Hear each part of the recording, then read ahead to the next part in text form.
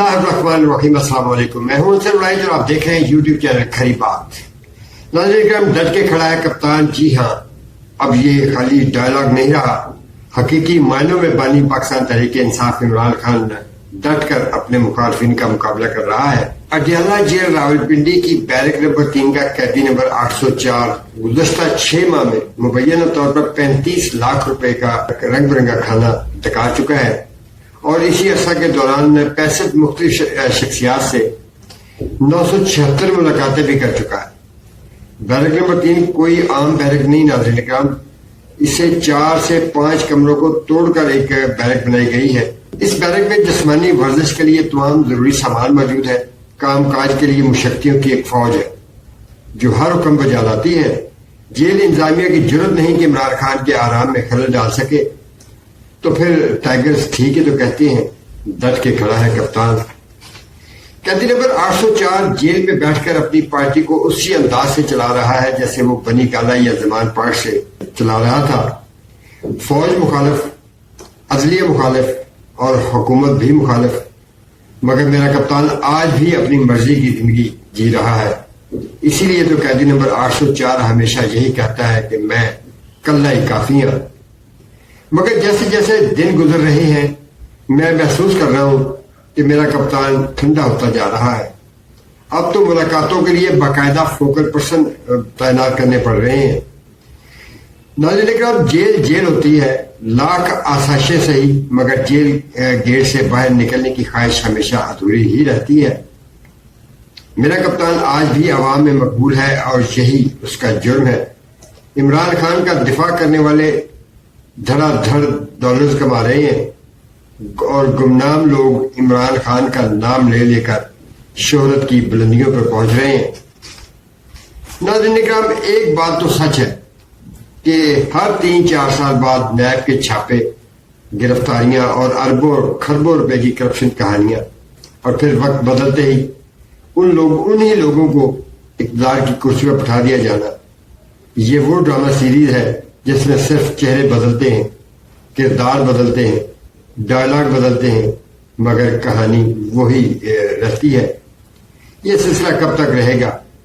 लगता है कि इस ड्रामे को अब कप्तान ही रोकेगा, क्योंकि डट के खड़ा है मेरा कप्तान। तो नाज़रीन इकराम, अब चलते हैं वज़ीर आला पंजाब मरियम नवाज की जानिब।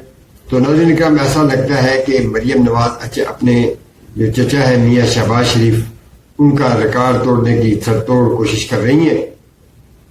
हल्फ उठाते ही मरियम नवाज ने जिस अंदाज से न सिर्फ सूबे को संभाला है बल्कि सूबे के गरीब आवाम को जिस तेजी के साथ आवाम के सामने बजरिया मीडिया लाया जा रहा है, उससे अंदाजा लगाया जा सकता है कि मरियम नवाज का हदफ बहुत बड़ा है और अपने हदफ के हसूल के लिए वो दिन रात काम कर रही हैं।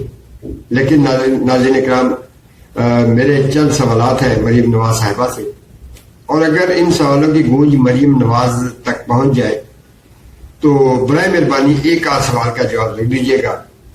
पहला सवाल नाज़रीन का मेरा ये है कि क्या लाहौर ही पंजाब है?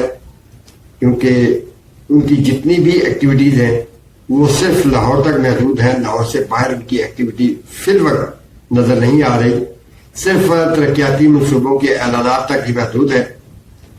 सवाल नंबर 2, क्या गरीब आवाम की वीडियोस बनाकर आवाम तक पहुंचाना जरूरी है? सवाल नंबर 3, तरक्याती मनसूबों की तशहीर से ज्यादा क्या ये जरूरी नहीं कि उन पर अमली इकदाम किए जाए?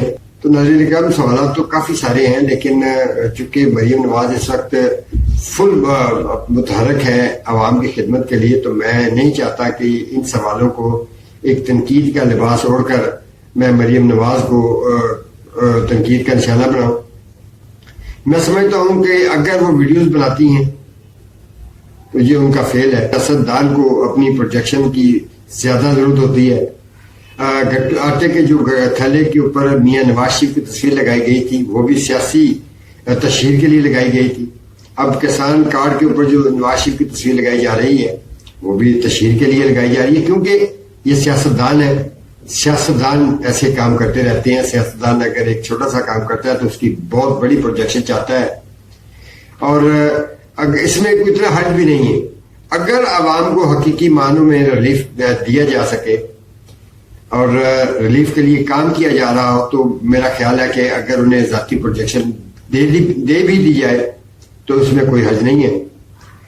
میں آج دیکھ رہا تھا کہ مریم نواز صاحبہ کرسچن جو کمیونٹی ہے غریب میں گئی ہوئی تھی اور کرسچن جو لوگ ہیں ان کے ساتھ وہ مل جل کر رہی تھی، کسی کو عیدی دے رہی تھی، کسی بچے کو پیار کر رہی تھی، اور یہ ایک اچھا فعل ہے، ایک اچھا عمل ہے۔ اس سے پاکستانی قوم متحد ہوگی، نہ کہ انتشار کا شکار ہوگی۔ دیکھیں جو بھی سیاستدان عوام کے قریب ہو کر سیاست کرے گا میں سمجھتا ہوں کہ وہ کامیاب ہوگا۔ اب دیکھنا یہ ہے ناظرین کرام، کیونکہ پاکستان میں اس وقت دو ووٹرز ہیں جو آمنے سامنے ہیں، ایک پاکستان تحریک انصاف کا ووٹر اور ایک پاکستان مسلم لیگ نون کا ووٹر۔ دونوں ووٹر جو ہے اپنے اپنے جو مورچے ہیں، یعنی کہ پاکستان تحریک انصاف کا مورچہ خیبر پختونخوا ہے اور پاکستان مسلم لیگ نون کے ورکر کا مورچہ جو ہے وہ پنجاب ہے، تو دونوں ورکر اپنے اپنے صوبوں کے جو ترقیاتی معاملات ہیں یا جو کارکردگی کے حوالے سے ان کی پالیسیز ہیں ان کو سامنے لا رہے ہیں۔ تو یہ ایک اچھی صحت مندانہ سرگرمی ہے۔ دیکھیں دونوں ورکرز آج سے پہلے ایک دوسرے کی کردار کشی پر تلے بیٹھے تھے، اور آج وہی ورکر جو ہیں وہ کہتے ہیں کہ علی امین گنڈا پور نے عوام کے لیے یہ کر دیا، ادھر دوسرے لوگ کہتے ہیں کہ مریم نواز نے عوام کے لیے یہ کر دیا۔ اب دیکھنا صرف یہ ہے کہ عوام کو اس مقابلہ بازی کا رجحان سے کچھ ملے گا، کچھ ریلیف ملے گا، کیونکہ حالات بہت خراب ہو چکے ہیں ناظرین کرام، بہت پریشان کن حالات ہیں۔ سفید پوش طبقہ جو ہے وہ تقریباً غربت کی لکیر سے نیچے آ چکا ہے۔ اب صرف پیٹ سے پردہ اٹھانے والی بات ہے، باقی کوئی کسر نہیں چھوڑی ان حکمرانوں نے، ان اداروں نے، ان عدالتی نظام نے، اس عدالتی نظام نے۔ تو ناظرین کرام جذبات میرے الفاظ پر حاوی ہو رہے ہیں، اس لیے اگلی ویڈیو تک لیے جا چاہتا ہوں۔ اللہ نے